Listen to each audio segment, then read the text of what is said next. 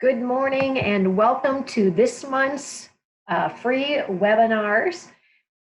My name is Michelle Mott of Inspiring Solutions, but we are delighted to have a guest presenter, Roy Knicley, who I'm going to be telling you a little bit about here in a moment. And because some of you are new to our webinar series, I want to make sure that everything works as it's intended to. If you have any technical difficulties, Dana Neer is standing by and can answer any of your troubles. Her phone number is 515-221-2688.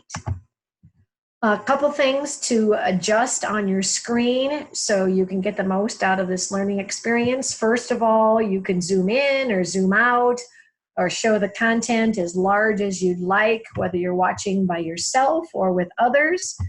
If you want to utilize the chat box, that's a feature that can help make it interactive. So if you have a question you would like Roy to answer, feel free to populate the drop down with the all panelists and attendees. And then if you would, just as Dana already has, type in your message and hit enter. We can all see your message or your question.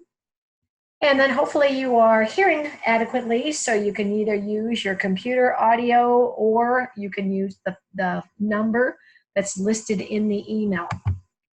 The purpose of these webinars is each month to give you some motivation, whether you're a manager, leader, frontline, whether you are in any type of industry, and this exposes you to one of our inspiring programs and our products. Today, we are fortunate to have Roy talk a little bit about the impact that values have in today's workplace, and he's going to preview some of the experience he's had with the Values Matter program. So for starters, a quote from Norman Cousins is, "Answers take shape out of values. The extent of our commitments to these values and the urgency we attach to them will govern the final results." So there is a lot of correlation between your own values and the results that you get as an individual and, as Roy talks about, from a team perspective. So let me tell you a little bit about what he's going to be doing.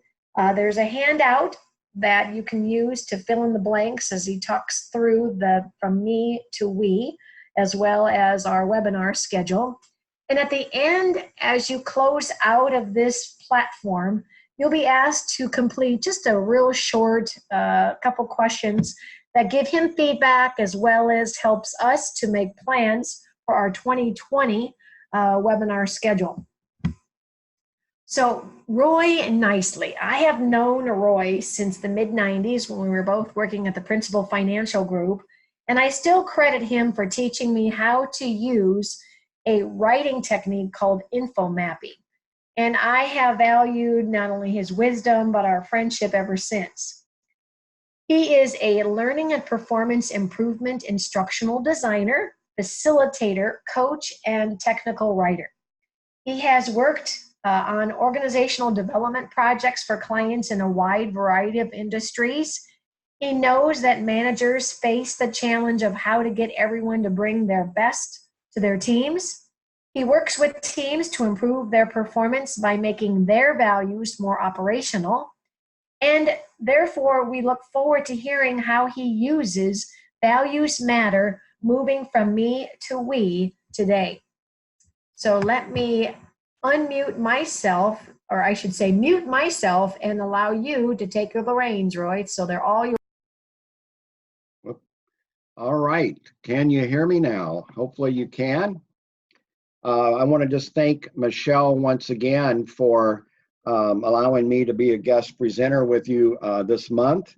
And I want to say good morning to everyone that's joining us, and to just tell you how appreciative I am that you're taking a few minutes out of your day-to-day to think about why values matter and how we can use them to help our teams move from me to we. So thank you again just for carving out some time today to think about this important subject. So I think it's only fair that we start with a definition of what we mean by the term values. And so we'll start with Webster's. And Webster says it's a principle or standard or quality considered inherently worthwhile or desirable. And I have absolutely no issues with Webster's definition there. However, I have expanded it as it relates to this program of Values Matter. And so you've got to, hopefully you have a sheet, you can fill in some blanks as we move through some content here. But here's how I'm using values in terms of Values Matter. Values are that which we deem as important when placed within a context and or time frame. So I don't know if this is a typical way you've thought about values in the workplace. Most of the time we think of it from a corporate set of values. They appear on walls and in the website and those kind of things. And there's nothing in the world wrong with them. But it's a set of values that just stay. They're concrete. And so the way I'm using values here is in a far more fluid way. And I'm saying that when your context and the time frame changes, then many times what you view as important changes with it. And so those three words that you're filling in here are what I believe make values operational for a team. So you might just, be thinking to yourself, how this definition might work in your particular team or organization.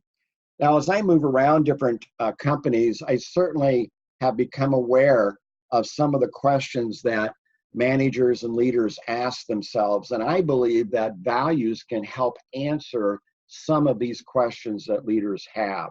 And so you'll want to fill in the blanks with me as we run through these.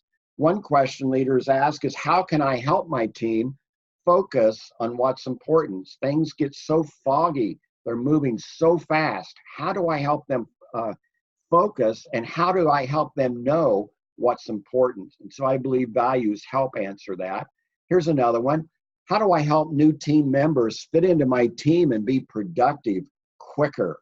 Many a manager has lost sleep over that question at night. How about this one? How can I help my team adapt to change? In other words, how can I help them create some resilience for themselves? Is another question that leaders ask. Here's another one. How can I increase my team's collaboration and teamwork? How do I get them on the same page, moving in the same direction? And again, I believe values help answer that question. We also get this question: how do I help my team be more accountable? It's amazing to me how important the whole concept of is growing in the workplace and with the clients that I see on a day-to-day basis. Here's the last one. How can I create more engagement and autonomy with my team? How can I help them create their own unique identity? And once again, I believe values help answer that question. So here are some just bulleted quick items as to why I believe values matter. So the first one is, I believe they matter because they do in fact help us focus on what is important. The word importance with the term value interestingly appears in a lot of the business literature that I've looked at around this arena of values. Here's another thing that I think they matter. Values help increase our emotional intelligence. And it can do that both at an individual basis as well as at a team basis. Here's another reason why they matter.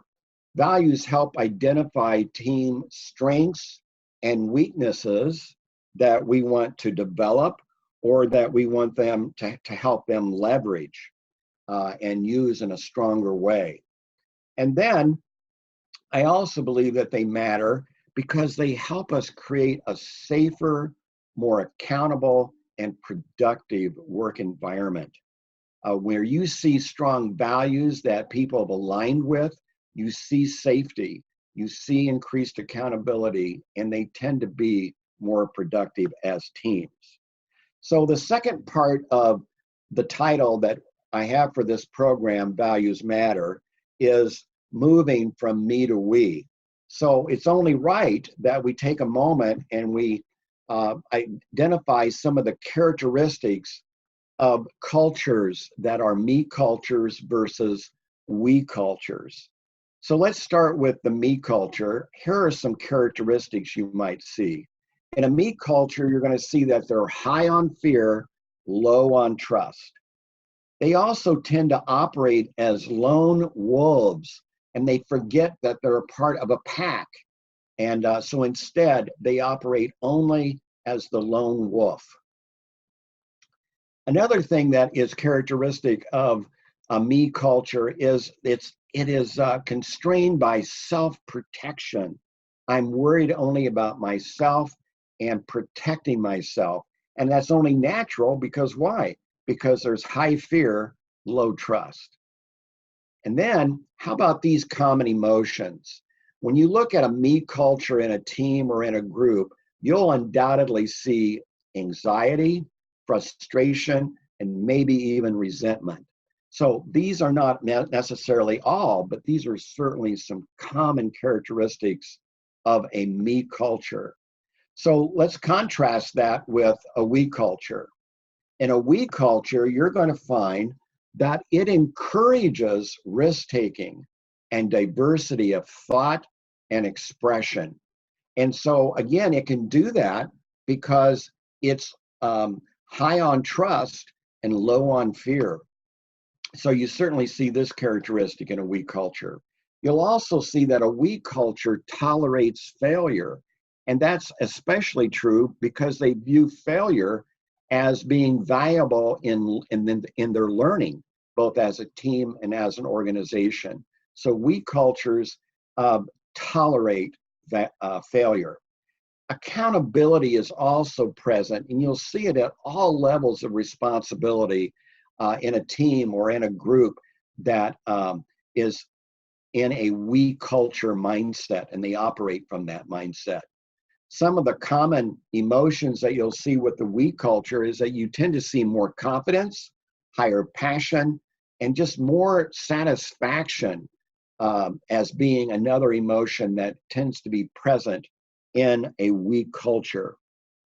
So I ask you to think about, what are you working in? Would you classify or characterize your team as being more me-oriented or we-oriented? And it's certainly worth asking that question. Another one may be, let's say that your team is kind of a we culture, and that's fantastic. Then the question becomes, how do I maintain that? How do I help them to stay in the we zone and out of the me zone, so to speak? So in order to do this, I come up with a way that I funnel teams to think about going from me to we. And in order to do that, I have them talk about and identify their life values, their personal work values, and also their shared values as a group or as a team. And so I start with the me, and then I move toward the we side of things. So here would be an example of how that I would use this process as a whole. These are some of the deliverables of the program. There's a pre-session planning that takes place. I make sure that the whole team is going to be present, that they're clear on the goals, the mission, the task that they're charged with. And then when we meet together, we do an exercise around personal life values. We do one on work values, one on shared values, and then we pull together a team action plan. So that middle portion with all of those exercises there take a total of about 4 to 5 hours. And so I typically try to do that as a retreat or at least a step away time for an entire morning or entire afternoon. Occasionally I've had clients where, they need to break that up, and you can do that. Just know that you risk not everyone being available if you start meeting on multiple days.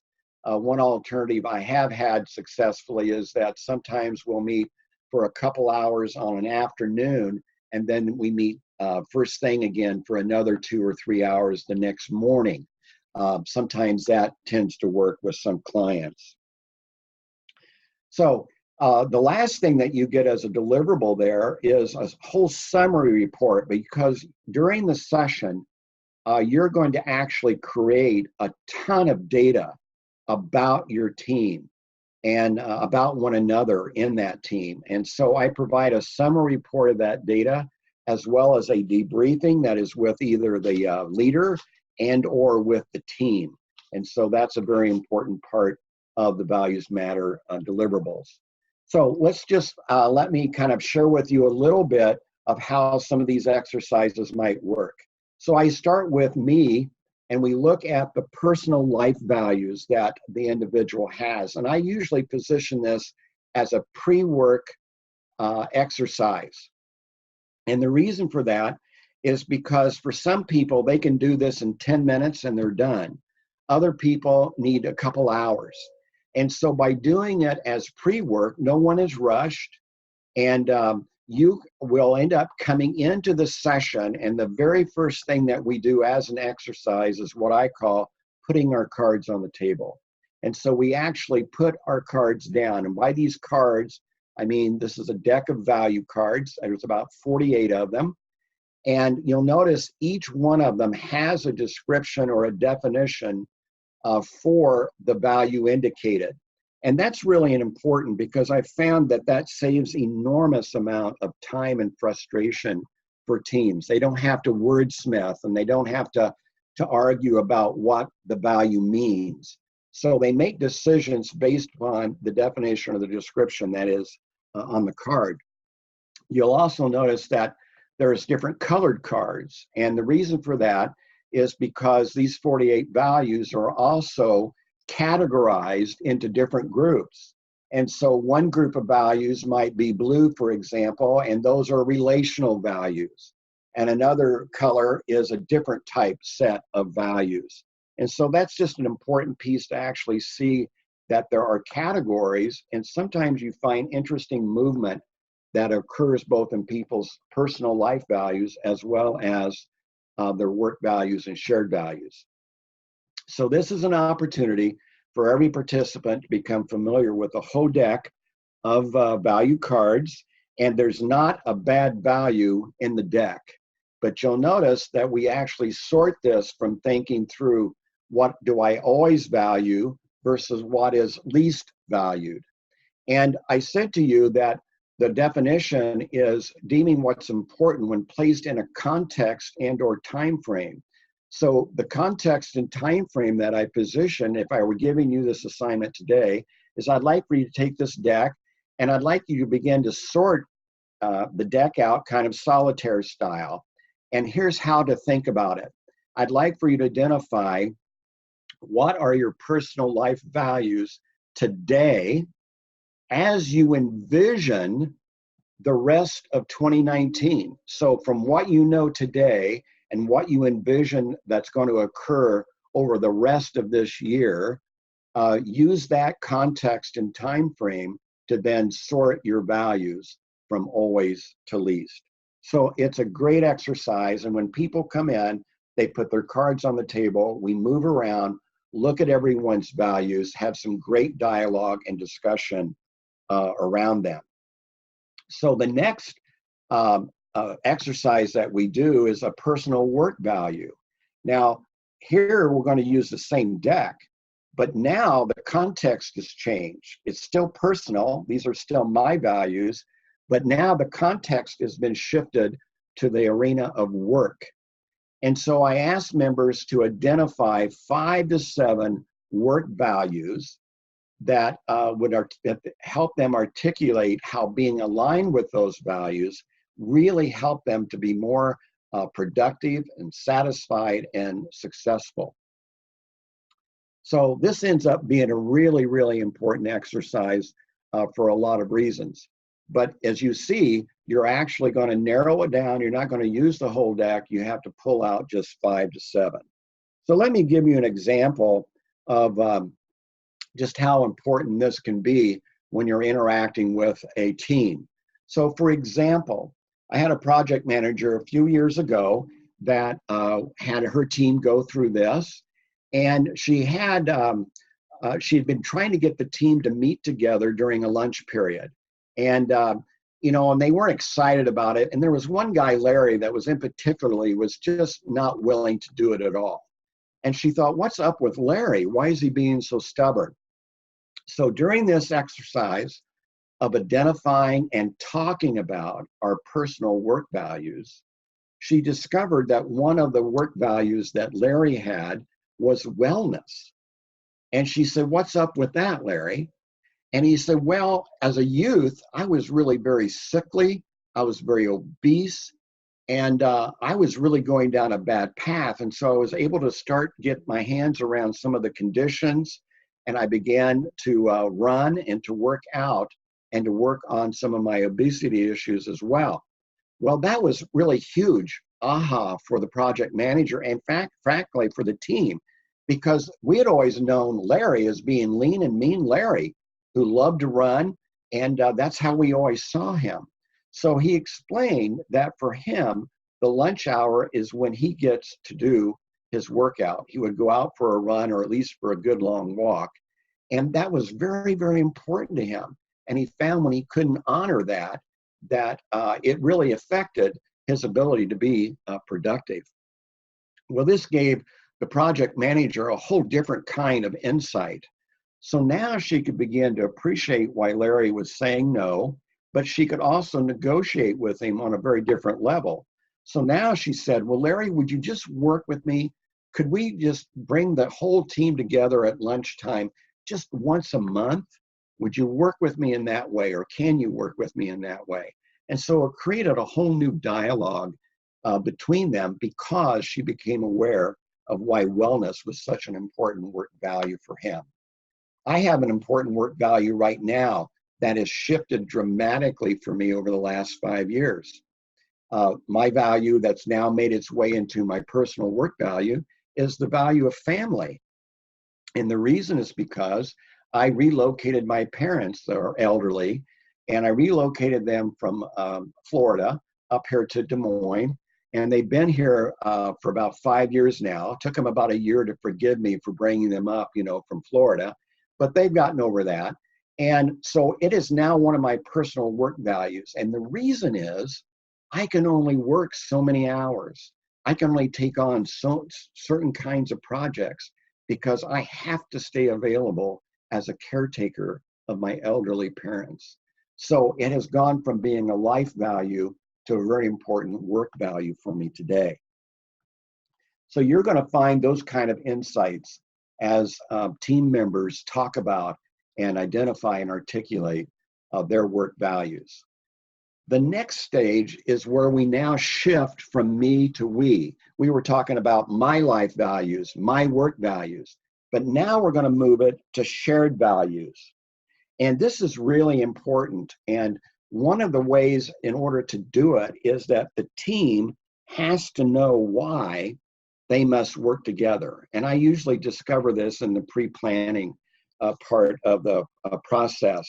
So we've got to know what's their mission, what's their purpose. Do they have a big goal or a project that they're a part of?